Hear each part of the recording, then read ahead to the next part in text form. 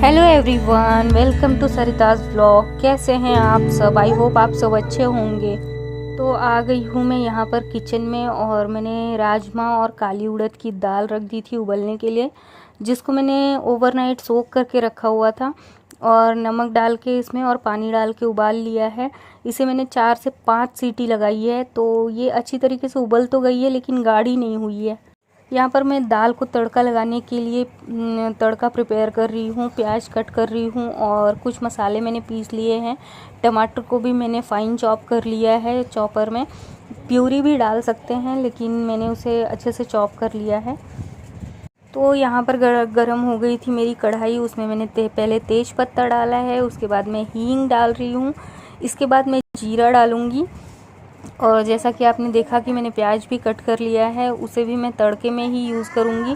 और मैंने 1 प्याज और लहसुन की 4-5 कलियाँ और अदरक और 2-3 मिर्च, जिस तरीके से आप तीखा खाते हो उस तरीके का आप ऐड कर सकते हैं मिर्ची या फिर मिर्ची पाउडर। तो यहाँ पर मैंने 2-3 मिर्च ही ऐड की है क्योंकि मेरे घर में कोई ज़्यादा तीखा नहीं खाता है। और इसे दाल मखनी कहते हैं, तो मतलब इसमें मसाले तो अच्छी तरीके से ही बनते हैं। रेस्टोरेंट स्टाइल बनानी है तो आपको इस तरीके से बनाने में काफ़ी इजी होगा। तो ये देखिए मेरी प्याज भी यहाँ पर अच्छे से भुन गई है। आपको इसी तरीके से भुनना है, थोड़ा ज़्यादा, क्योंकि इसकी फ्लेवरिंग ही अलग आती है, एक स्ट्रॉन्ग सी फ्लेवरिंग आती है। और इसके बाद मैंने इसमें टमाटर ऐड कर दिया है। टमाटर को हल्का सा सौटे करेंगे हम कि ताकि टमाटर थोड़े से गल जाएं। इसके बाद इसमें मसाला डालूंगी मैं। इसको हाई फ्लेम पे ही कुक करना है।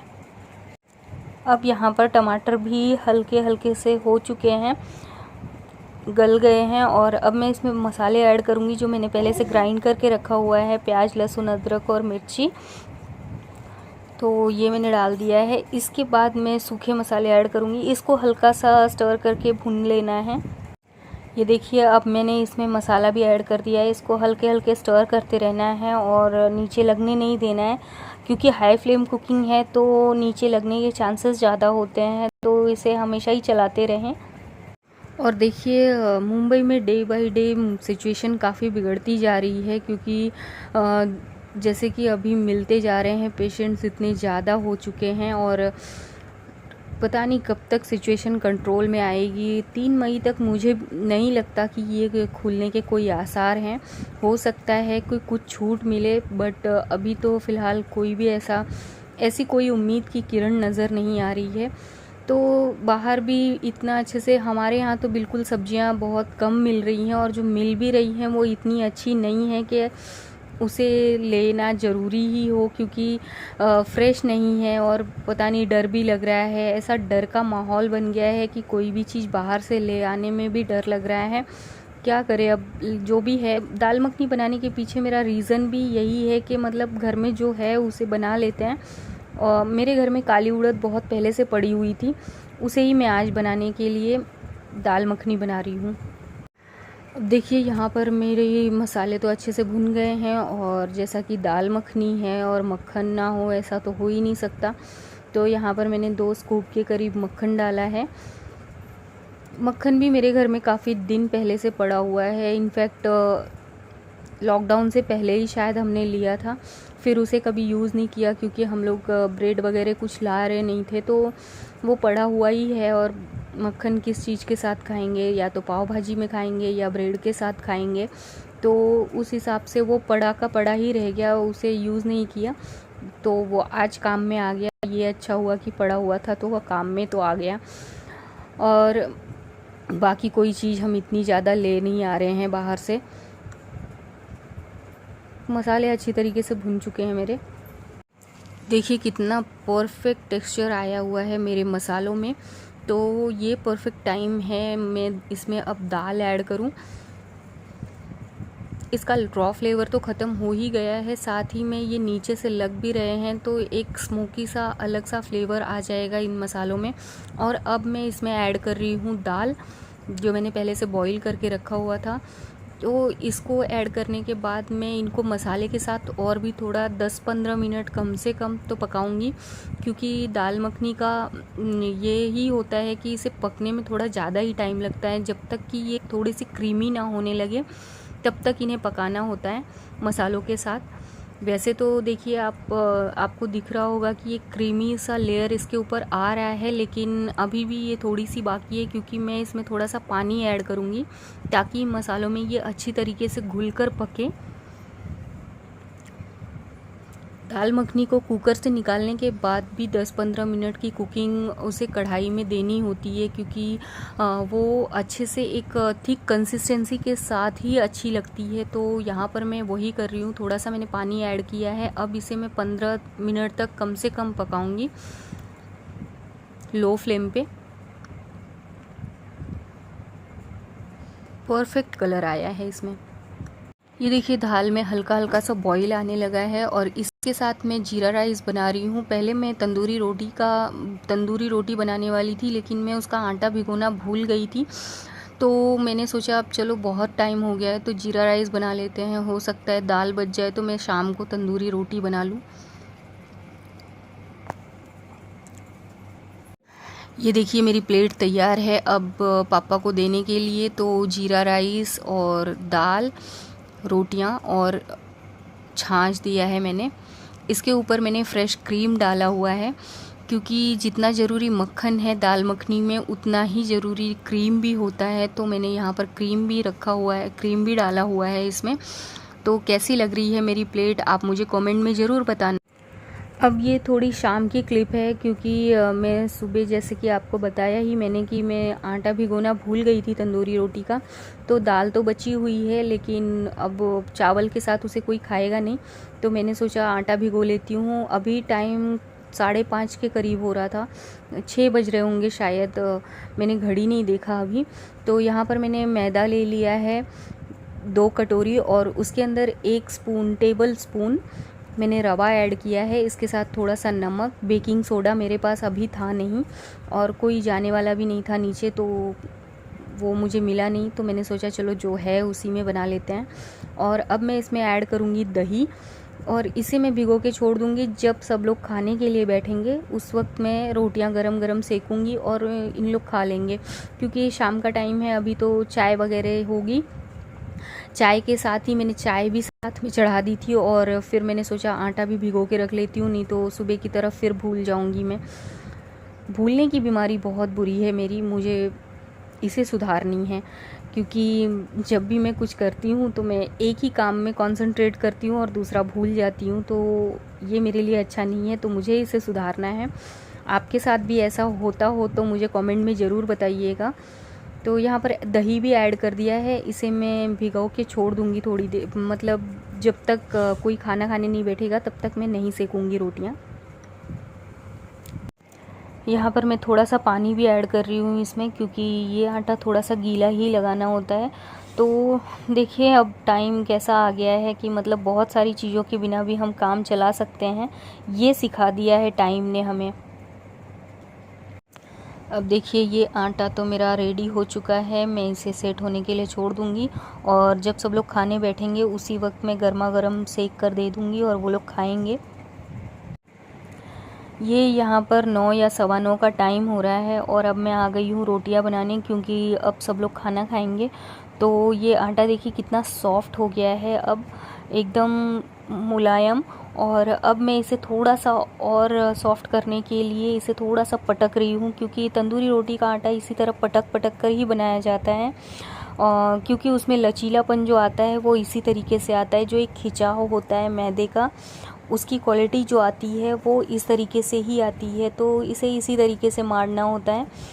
आप जो भी कहते हो, हमारे यहाँ तो इसे मारना ही कहते हैं। तो अभी देखिए मैं इसकी रोटियां बनाऊंगी, एकदम सॉफ्ट और अच्छी खिंचाव वाली रोटी बनेगी। हल्का हल्का सा तेल लगाकर हाथों में इस तरीके से पटकना है इसे।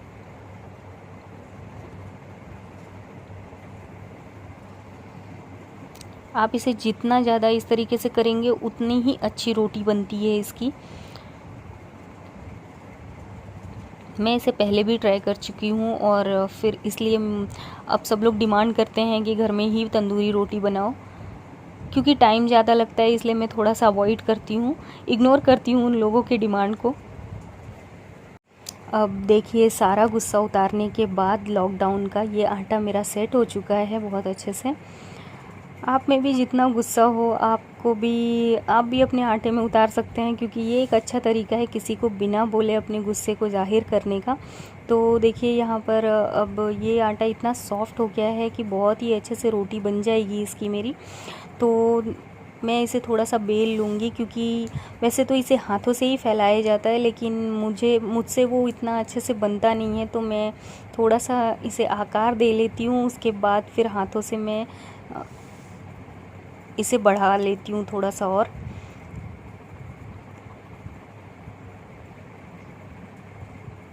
क्योंकि ये हम लोग रोज़ नहीं करते हैं, इसलिए इसमें थोड़ा सा एक्सपीरियंस कह सकते हैं कि कम है मुझे, तो वो ही मुझसे नहीं हो पाता है। ये एक रोटी तो मेरी बन गई है, फिर भी थोड़ा सा हाथों से करूँगी, क्योंकि ताकि ये फूले ना। क्योंकि जब तंदूरी रोटी फूलने लगती है तो वो वैसे तो अच्छी होती है, लेकिन फिर भी ना फूले तो ज़्यादा अच्छी होती है। तो इसे हाथों से इस तरह करने का यही मतलब है कि ताकि ये फूले ना।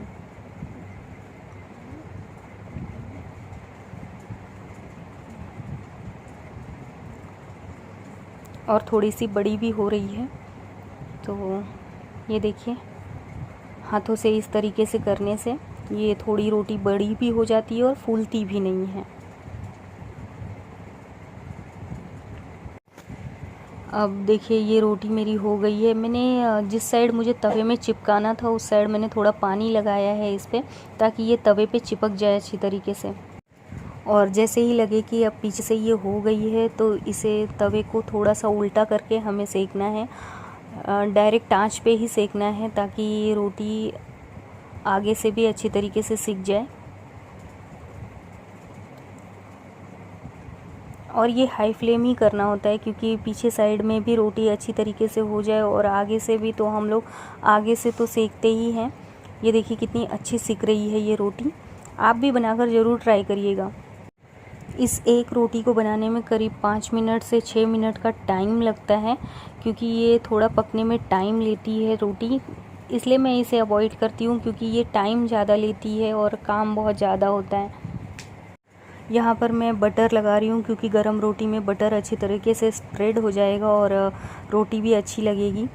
और पापा को खाना है तो थोड़ी सी सॉफ्ट भी हो जाएगी ये एक रोटी तो हो गई है, दूसरी मैं अब डालने जा रही हूँ। इसी तरीके से दूसरी रोटी को भी मैंने आगे से पानी लगा लिया है ताकि वो तवे में चिपक जाए।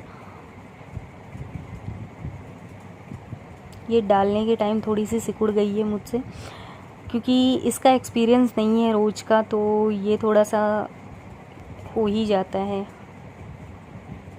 जिन कामों का रोज़ का एक्सपीरियंस नहीं होता है, मतलब रोज़ की तरह वो हमारे हाथ को नहीं लगे होते हैं, वो थोड़ा सा करने में अनकंफर्टेबल तो होता ही है।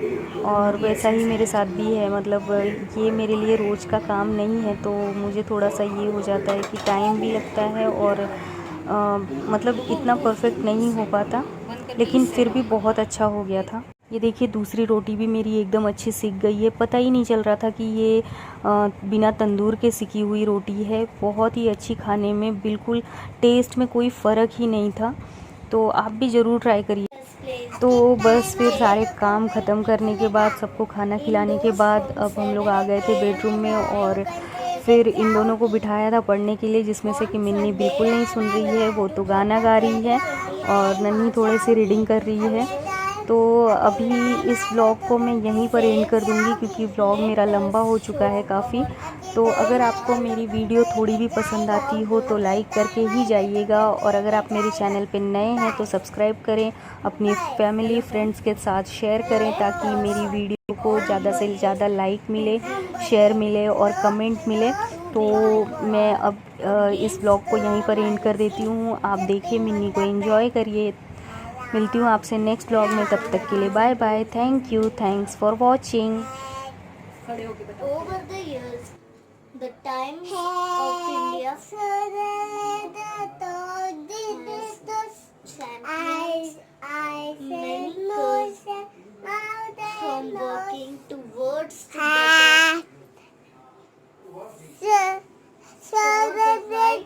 आई होप आपको मेरी रेसिपी पसंद आई होगी, तो ज़रूर मुझे कमेंट सेक्शन में बताइएगा। तो चलिए फिर इस ब्लॉग को यहीं पर एंड कर लेते हैं।